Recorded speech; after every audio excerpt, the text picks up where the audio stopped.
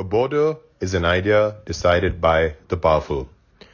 This is Karan Dev, and that was a line I once heard in the Netflix show Messiah. And it really stuck with me and got me thinking about how powerful nations have gone on to reshape borders and histories.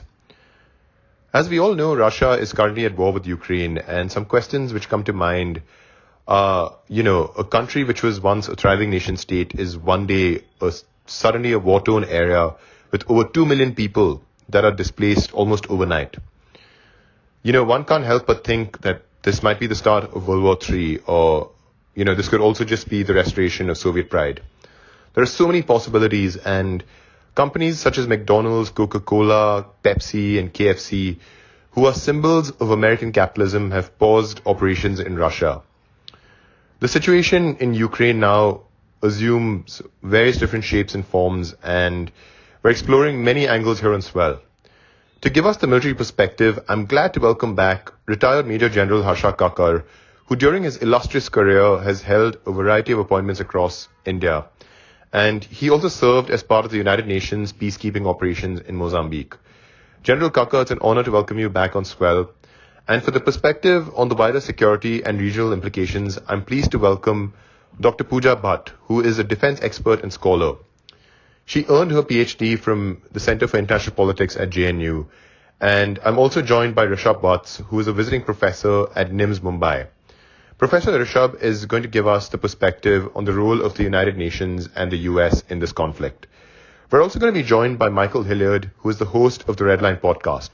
Michael is someone with a deep understanding of this conflict, and we're also going to be joined by several other voices who are going to add to this conversation.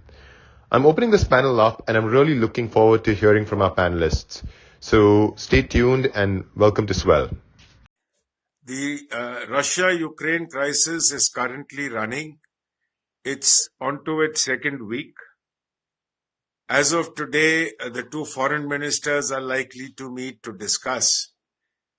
Possibly they may work out with a solution which may bring about an early termination of the crisis. The fact that we've got to note that this is an issue which has been brewing for the last almost about 7-8 years. And it should have been resolved by discussion post the winter on fire or the uprising in Ukraine in 2013-14, the annexation of Crimea and the declaration of the independent republics.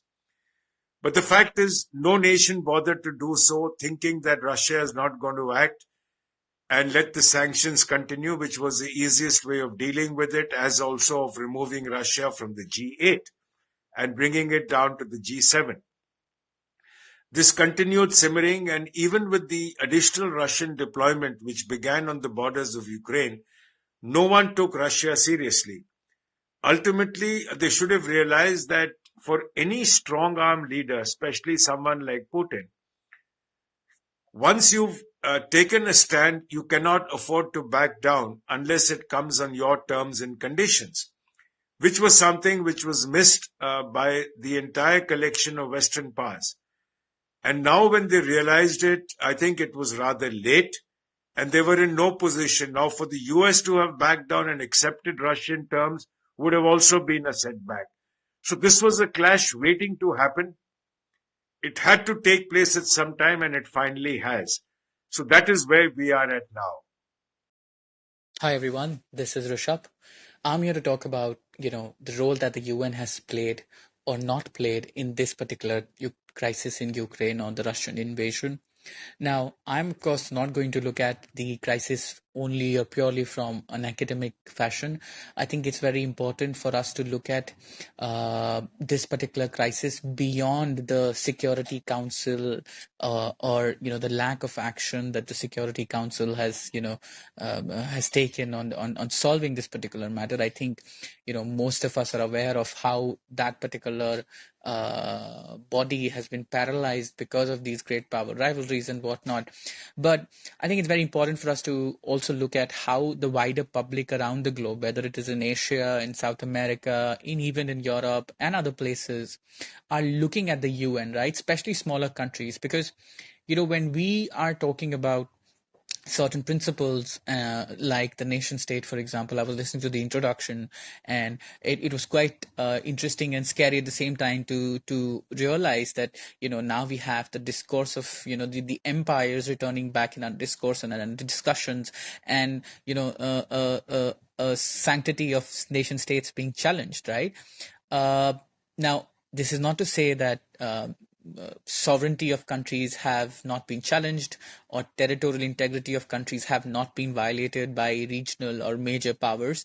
That, of course, has been the norm, so to speak, and war is also not as uncommon as some people would like it to be, right? Because, of course, it is in a very localized fashion. Now, of course, in this case, however, things are very different. This is a full scale invasion of a proper nation state, where a large power has basically said that for us this nation state does not really exist, right? And I think a lot of times our discussions around what is happening is limited to the military aspect of what is happening. Now, there is no doubt that that is very important, of course, because that decides the fates of millions of people. The human catastrophe that we're witnessing is unbearable. Of course, it's very heart wrenching to see that.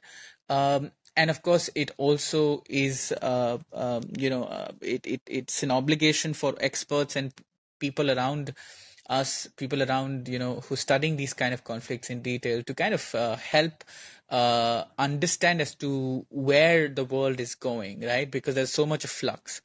But I think at the same time, it is incumbent upon us that we look at this conflict in a wider context, right? So as I said, military conflict is very much a big part of it, right? It's a full-scale invasion, probably the scale of which we haven't seen since World War II. Something which actually could descend into a nuclear conflict as well, right? So that's a danger that we have to keep in mind as well. But I think coming back to the UN part and the rules-based order, so to speak, we also have to look at how this conflict has polarized the interests of countries so much, and probably it was very cliched for scholars to say that this is a new Cold War has begun or not begun.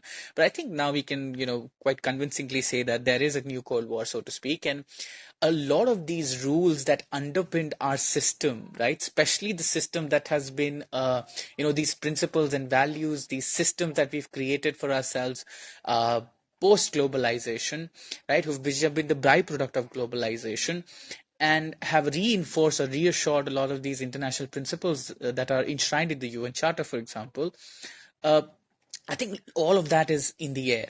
There's a lot of flux, right? And I think smaller countries and even other countries are going to look at the UN and things, organizations such as WTO, and see how everything, right, from social media companies to commodities, everything, nothing has, been not weaponized by certain countries. Now, I'm not saying that that's a wrong thing, because of course it's being deployed as a deterrence, to stop the aggression, so to speak.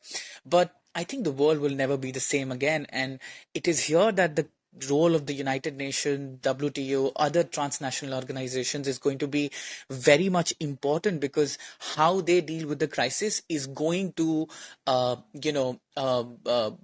it's going to basically lead to how common people around the globe, look at the UN and how much faith they deposit in such an organization. So, just to continue, I think a lot of smaller countries are going to look at how bigger countries are going to uphold certain values, certain principles, which they have been preaching for a very long time. So this is also a litmus test for a lot of these principles that the West and the other powers have kind of always unfurled, right? So there has been a lot of moral grandstanding in the international arena, of course. These principles, etc., have been used for rhetorical purposes by great powers, and I think that will continue to happen.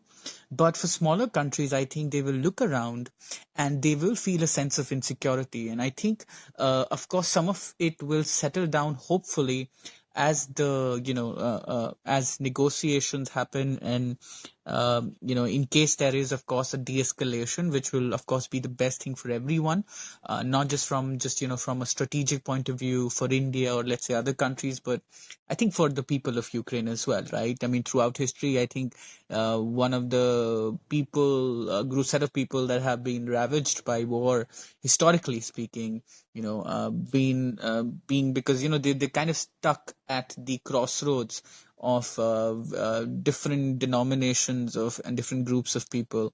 So I think, first and foremost, it will be very good for them to, of course, get out of this conflict, because, there is a huge chance that this may actually lead to one of the biggest humanitarian crises that we've seen in Europe, right? And so, apart from that, of course, it's also very important to see how countries position themselves and how much willing are they, or how willing are they to actually stand up for these principles, and what are the limitations are there, with regards to, positioning yourself, etc. Countries like India, for example, have received, some flack for, let's say, abstaining in at these forums, at the UN, for example. But again, you have, or you are seeing, a lot of discussion about realpolitik and interest, kind of trumping values, so to speak, at least in the short term, right? So you will see there's this kind of a blocks emerging to some extent. There will be polarization of interest. You've seen the West coalesce around, country, Ukraine, and help it diplomatically and militarily. But, I think a lot of countries, especially developing countries, will, take a lot of lessons from this. In our discourse, the debate has been about, indigenization and how we have to reduce our dependency, away from Russia, and, build our strategic autonomy as a rising power. But I think the implications of this go beyond the strategic aspect or the defense aspect. That of course will be a priority for us, because this has a huge impact on the Asian security architecture as well. But I think overall, because there are going to be so many changes fundamentally, a lot of smaller countries, or other countries who are not a part of the security architecture, would kind of be forced to choose sides, so to speak. And I think here, India and other countries can play a very important part to not just help to reduce tensions, but also maintain global stability. Because again, you have to remember that this catastrophe is not going to stop or be limited to Ukraine itself, right? You will see a chain reaction or a cascading effect, which will reverberate through the international markets. And remember, this is, I mean, we've got out of a global pandemic for 2 years, which has killed like millions of people, right? And now we will just transition ourselves into a global recession. So a large part of the people around the globe are going to be really feel the pinch of this. And so in that context, I think transnational organization and even countries, right, who are not, let's say, involved, should actually take the mantle and try to do the best they can diplomatically and otherwise to persuade the actors involved to to see sense. Of course, it's not going to be that easy. It's it's easier said than done, of course. Geopolitical interest matter, but I think this is something that we have to look at, and countries like India, of course, can play a huge role. Nobody wants war. I think war is the last thing that the world is looking at. But at the same time, we've got to realize that there are geopolitical constraints which nations which have the power should have pushed well in time. The fact is they did not.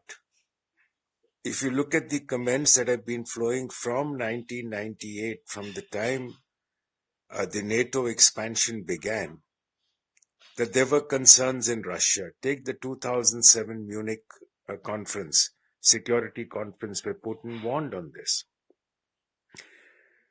Now, in 2008, you start giving promises to Ukraine, Georgia. After all, no nation wants insecurity, especially when It's got its own concerns. It's got its own form of government.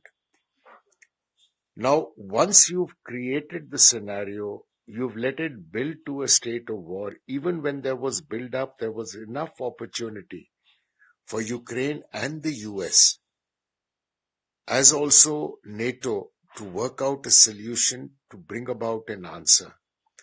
But by sticking to firm stands, refusing to bend, you created situations which are today leading to a humanitarian crisis, disaster for a country, economic slowdown not only there but across the globe on account of the fallout of sanctions and other acts which have been placed.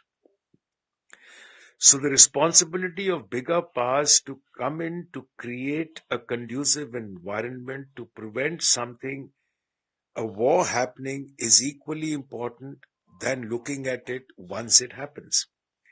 Now, insecurities are bound to rise in European nations. Smaller nations will feel that even if you've been made promises, are they going to be kept? The fact is, as far as China is concerned, the US has said that even in the case of Taiwan, we're not going to enter the mainland. So what are you going to do? Are you going to be fighting with boots on the ground in Taiwanese space, or you're going to only be supporting them? So there are doubts. The other aspect that's coming in is nations are going to look as a means of building their own power to be able to ward off threats, whether it's nuclear. Because you need to create an environment wherein the neighbor realizes that you cannot cross a certain threshold. Now, once you've created the crisis, now look at the future. Is the US and Western powers, including Europe, going to contribute to the rebuilding of Ukraine? They may not. Will Russia contribute to the rebuilding of Ukraine? No. A country devastated by war is going to take decades to come back to normalcy and rebuild itself. Now, if this is going to be the future, then shouldn't we look at means of avoiding war rather than letting it come to the stage that we start talking about humanitarian crisis? I think a greater emphasis now needs to be placed on major nations or bigger powers to look at means to avoid a conflict than to come down to a stage and look to resolve it subsequently. In the case of Ukraine, Ukraine will have to bend at some stage. The talks that are going on now, or maybe at a later stage, will compel Ukraine to accept the terms of Russia because it's getting no support. If that ultimately happens, then what have you gained, or what has a nation gained after having gone through all this? So that's something that we need to look at in a larger strategic sphere, then consider ourselves with other issues. Hi, good evening, everyone. This is Dr. Pooja Bhatt, and I think in Ukraine-Russia crisis, this is the closest that we have come to a power politics of great powers since the Cuban Missile Crisis in 1970. So, why I would say that is, for the longest time, Russia had been saying that it would not like NATO forces on its backyard, and NATO countries, despite knowing it, were just eyeballing Russia for the NATO, for NATO to come, eyeballing Russia to for the power politics. And eventually Russia did what it had to do, and I think NATO countries and most of the Western world, they did not anticipate Putin to react the way he did, and Putin being in the power center within Russia, I think took a step, and he bit more than he could chew at the time. So he started a invasion of Ukraine, and I think he underestimated the people of Ukraine and the leadership of Ukraine, which surprisingly gave a good challenge to Russian leadership by, there was this immense nationalism within the country that men and women who are in the fighting age stayed back and without even the basic military training, they just trained themselves and fought back the Russian forces and these mile-long troops of Russia that were coming in the way. And within whatever limited resources they have, they could thwart Russian efforts to a large extent.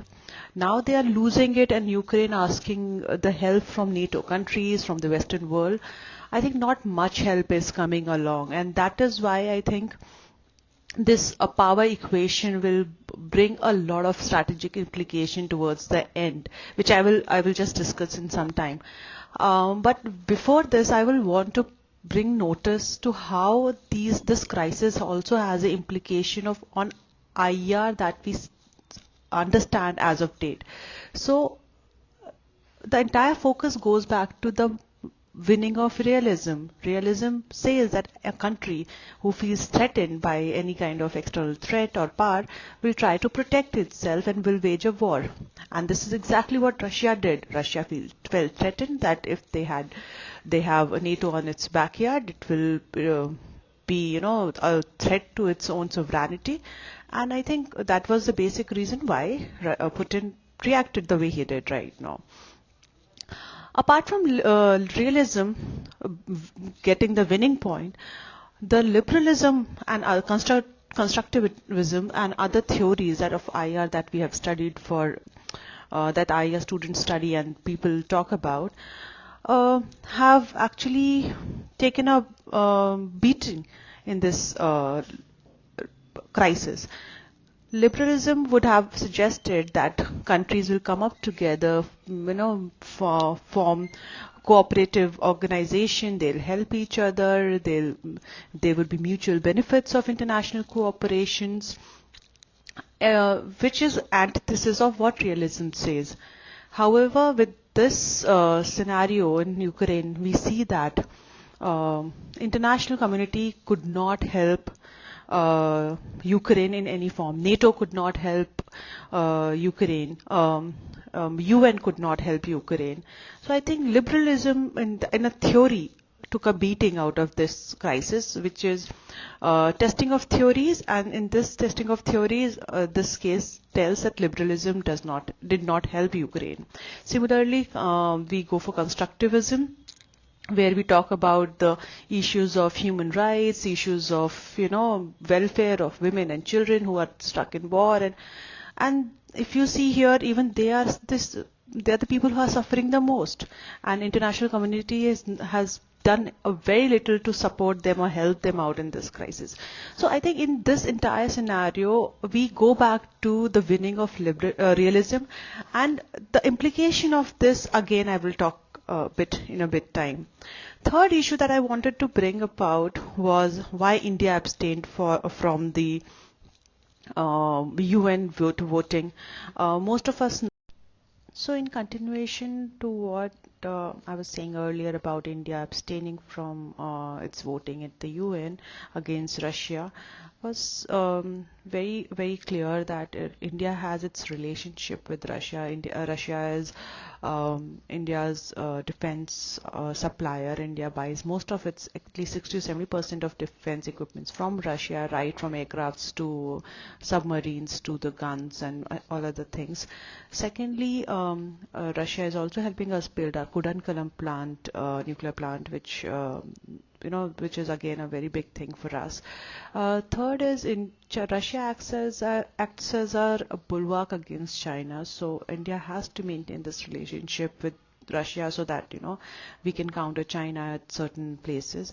Another issue is Russia has been helping, has been voting for India at various UN votings, like India's membership to SCO, India's membership to nuclear agreements, all these areas Russia has been mostly helpful for India. So it was not easy for India to, abstain from it, but given the fact that India maintains its relationship with both Ukraine, where its students are there, diaspora is there, and Russia, with whom it has the longest relationship, when even the US was not India's favor.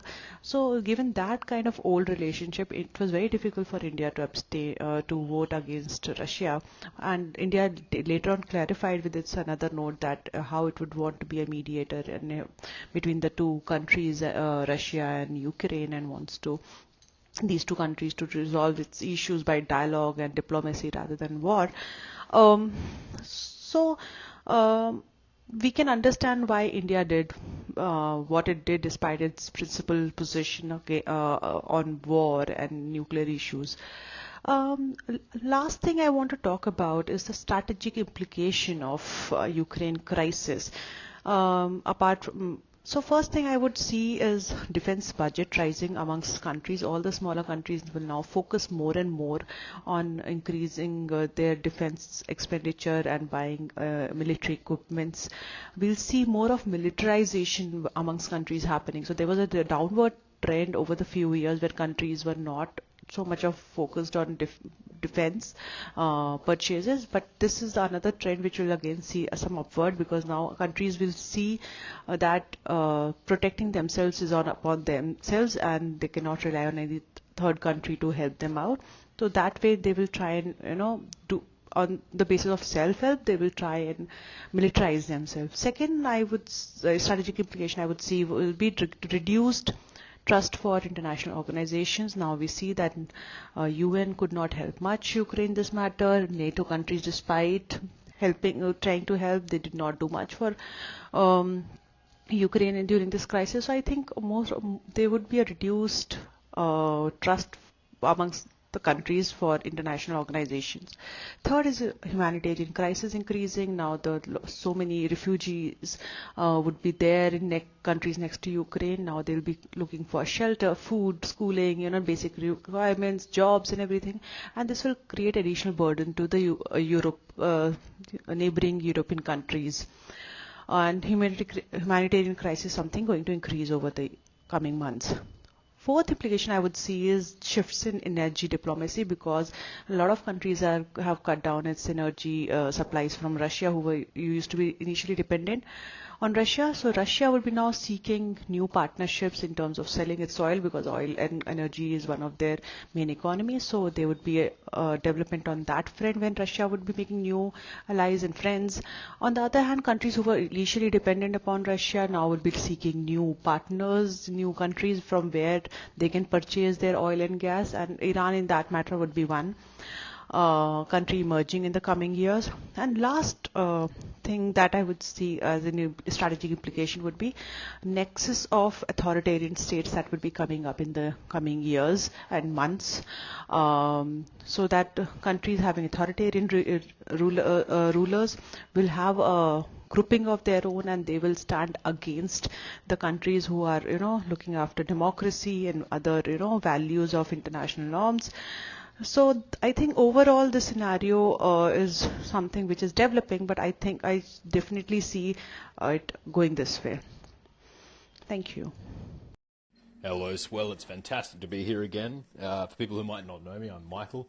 I've been a conflict journalist in this area of the world, specializing in Russia, Ukraine, and Central Asia for quite a long time, and spent quite a lot of time in Ukraine and Russia.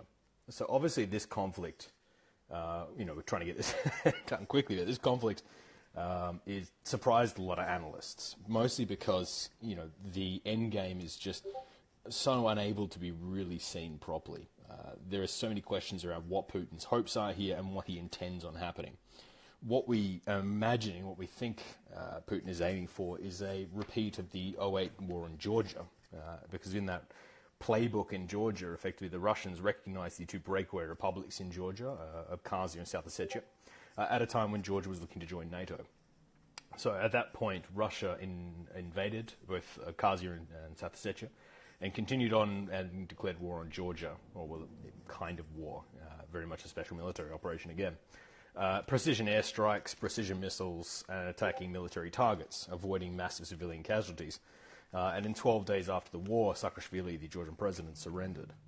This is what Putin was probably hoping Ukraine would do. And if you were basing your Ukraine assumptions off 2014 when the Russians came into Luhansk and Donetsk and Crimea, when the Russians did surrender, or so the Ukrainians did surrender in large batches, then yes, that would be correct. But, Ukraine is very different to now than it was in 2014. So effectively, Russia has walked in on 5 different fronts, but it's been a very strange invasion. Russia is trying to avoid large-scale casualties, not because they're nice people, but mostly just because of the fact that if you start bombing civilians in huge numbers, you will end up having more international blowback, and it will be even harder to occupy Ukraine in the final, at the end of this conflict. We'll talk about the bit of the end game afterwards, but right now Ukraine's in a bit of an odd position where they are exceeding far beyond anyone's expectations. But Russia's also fighting with one hand behind their back. The Russia is still relying on precision weapons, precision targeting, and for the most part, they're not mass bombing civilians. Obviously, we have seen some of that near Mariupol and Kharkiv, but they're not relying on that. And when we see Russia in combined arms operations, both in the Sabhat operations as well as in Grozny, which is in Chechnya and Syria, Russia tends to go with a doctrine of very heavy air campaigns where they just flatten the ground, followed by very heavy artillery strikes, and followed by tanks and infantry following directly behind in a combined arms warfare doctrine. In fact, having spent a lot of time with the Russian defense forces, a Russian officer put it to me as, Michael, it's far easier to conquer car parks than it is to conquer cities. And that leads to the, he says that because effectively he's basing it on, it is far easier to effectively take over destroyed areas. So the West have responded in ways that most analysts would never have expected 2 months ago. The sanctions have been very widespread, and they are attacking, Russia on fronts that, again, most of us thought the West didn't have the balls to do. And this is, Biden has done a pretty good job on uniting the West, whether it be making sure that NATO's response is a united NATO response. Again, getting guys like Romania and Hungary on board is obviously challenging, as well as the sanctions across the board. Now, Germany particularly is the one that all surprised us because Germany has very, very close ties with Russia. And Germany is now rearming. Obviously, this thread has been talking a bit about the Indian response, and India right now has not formally condemned. They abstained in that vote, and that was to be expected. Right now, Russia is being cut from many of its key markets, but the sanctions put on by the West here do have caveats for third-party transactions. So effectively, even though the West can't directly do business with India or with Russia, Russia can sell stuff to India, and India can then sell it to the West. And again, India can't really cut off the Russians because the Russians supply the majority of the Indian arms. The Indian domestic armament capabilities have not yet reached full potential, particularly when it comes to aerial capabilities. So India, Georgia, Kyrgyzstan, Kazakhstan, and Tajikistan are all setting themselves up to be the middlemen, where Russia can't sell gas to Europe, but Russia can sell it to Kazakhstan, and Kazakhstan can sell it on to Europe. And that way, people can still be seen to be, very much beating their chest. Part 2 here. So, as I said before, people can be seen to be beating their chest, but whilst at the same time actually, still receiving, without collapsing the world economy through a lack of trade. So, the other point that was brought up by some of the previous guests in this thread was about a uniting and expanding NATO, and we should have seen this coming. And this is, there is some logic to this. We had seen, Russia effectively feels like they're being trapped in because NATO has expanded eastward. But most of these countries did it on their own behalf. And again, we were talking about, the articles from particularly academics saying that NATO should be disbanded about 3 years ago. And there was quite a lot of talk that during a second Trump presidency that NATO would have been disbanded. What this has done is unite NATO in a way that has not been seen since the Cold War. And we are looking now at states like Finland and Sweden who will probably join NATO in the next few months. Ukraine couldn't have joined NATO anyway, because NATO does not allow countries that have territorial disputes, and it's why Georgia can't join because of Kharkiv and South Ossetia. So, Ukraine can't join because of Luhansk, Donetsk, and Crimea, and potentially Gagauzia as well. And Moldova can't join because of Transnistria. So this is likely going to lead to an expanding NATO. So is NATO stoking the conflict? I don't think so. NATO is not making any plans to go in and invade Russia, but I also do very much sympathise with Russia, a nation that was absolutely brutalised by the Nazis. That they do worry about, most Russian commanders will tell you that the Nazis began their invasion from what is modern-day Poland today, and these days the Americans would start an invasion of Russia from, the Baltics, effectively, the Baltics and Poland, considering Narva, where the US bases are in Estonia, are only a 12-minute flight from St. Petersburg, the second biggest Russian city. How this will affect India going forward is interesting. I think, obviously there's going to be a shortage in the wheat market, with Russia being the world's biggest wheat exporter, as well as Ukraine being up there as well. And India has got a growing wheat market, so we are likely to see particularly the East Asian markets buy up more wheat. Australia will likely enter that market quite more heavily, but it won't affect India too much. Someone also brought up the Taiwan angle. Yes, this is very much a dry run for Taiwan, and China is taking a lot of very close notes. Also, the fact that the US, as much as they are sanctioning Russia quite heavily, is not that reliant on Russian materials. Only just under about 2% of Russia's oil actually ends up in US companies. So, yeah, it's not as big a deal for the US. China, on the other hand, if they were to sanction China, would be a far more economically difficult move to pull off.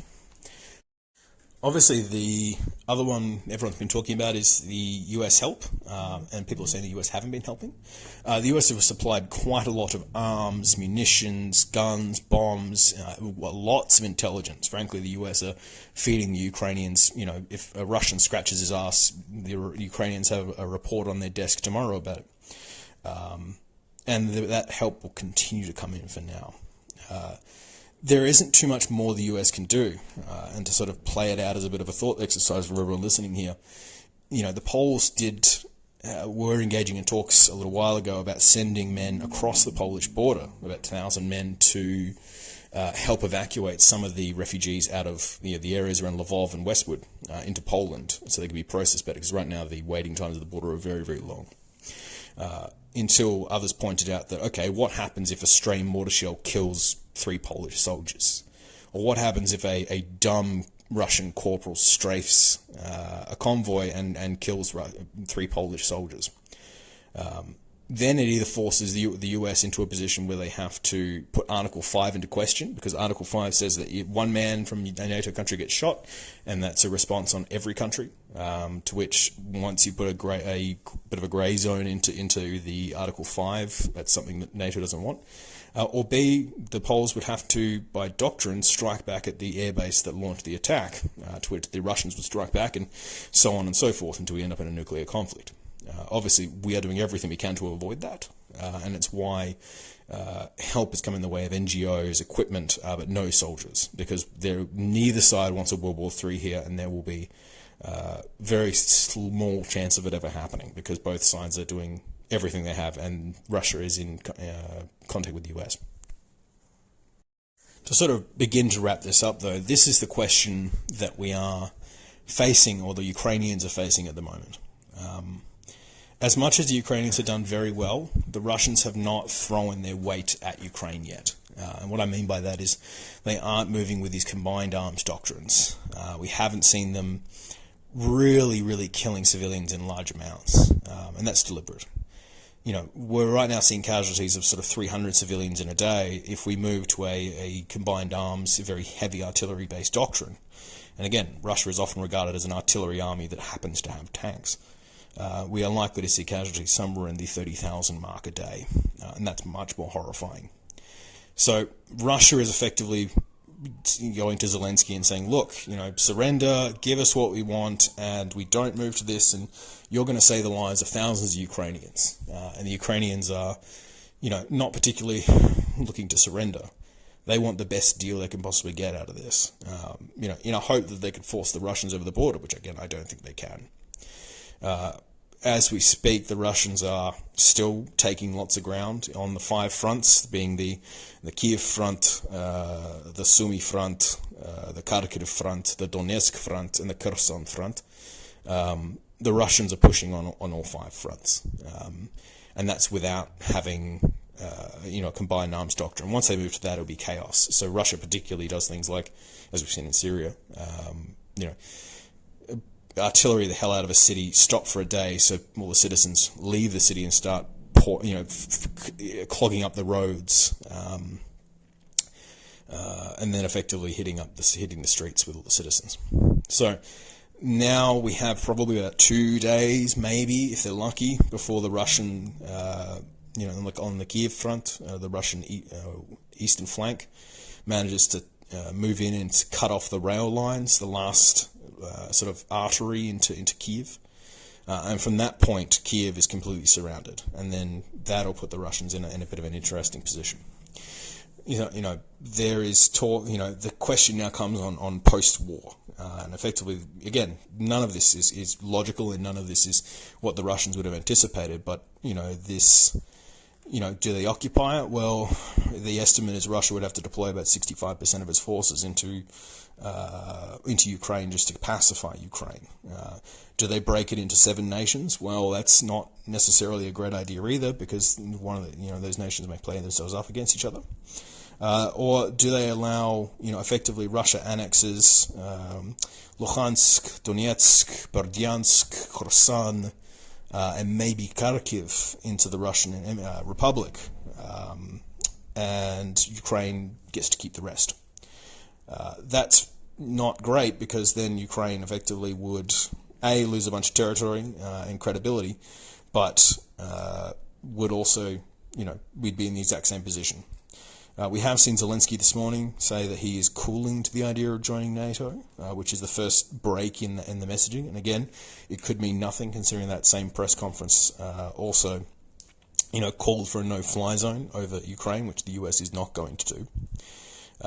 So yeah, it's a very complicated conflict. I think a lot of analysts didn't see this one coming. It made a lot of sense for Putin to bang his chest and gain the international attention again.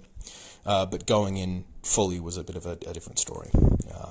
We have got, if you are interested in hearing some more, I did a recent piece over on the show with the ambassador and the head of the National Security Council, the US ambassador to Ukraine, and the head of the National Security Council for Russia and Eurasia, as well as Professor James Kerr-Lindsay over on the Red Lines YouTube channel. Otherwise, we've got lots of pieces on Apple and everything else, but you can also DM me some questions. I'm more than happy to take some time and answer them, and a big thanks to Karen for setting this up. I think it's, there's so much on Ukraine out there, but most of it is very surface level, so it's good to be able to go a bit deeper into this and discuss the complicated situation that is the Ukraine at the moment. Anyway, thanks for letting me be part of this, and looking forward to hearing your questions. This was a very thought-provoking conversation, and I just have a couple of points to add to this. The first is, I get the sense that many defend Russia's stance and its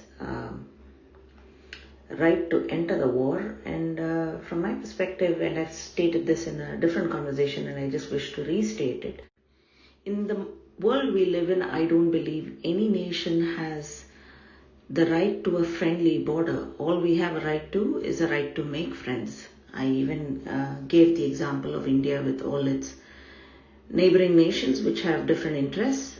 It's whether we maintain friendships or, not. And I don't believe anybody has the right to tell another country what it can or cannot do. All we can do is try our very best to maintain friendships. That's, to me, how modern day society has evolved, how we regard rights and freedoms, and hence I see whatever may have been the motivation, instigation, anger, NATO moving west-east, I don't believe Russia had any right whatsoever to demand that Ukraine join NATO, not join NATO, remain neutral, not remain neutral. If they had put in the efforts that they put into this war into instead building economic ties with Ukraine, we might have had a very different Ukraine right now. So that's my 2 cents on this. When people talk about defending Russia's actions, I see no defense in modern day societies. I mean, if we want to go back to living in the Middle Ages, let's all do that. But in the society we live in right now, I believe these are the rules of engagement, and these are the rules we all have to live by. And there's no justification for not following these rules. The second thing, and this is a big one, and I have scoured many articles, but I have not found a good reason to this, is why is it that the Ukrainians have not been able to destroy the Russian convoys, which are sitting ducks? And I understand that they may not have, the control of the airspace to be able to do it easily, but they still have a large number of, anti-tank weapons and people, personnel. I just keep wondering, why are these convoys able to reach Kiev or able to encircle Kiev? I mean, these are like absolute sitting duck convoys, right? They should be able to easily attack and, bring these down. So that's a huge question. If anybody has any thoughts, opinions, I would much appreciate it.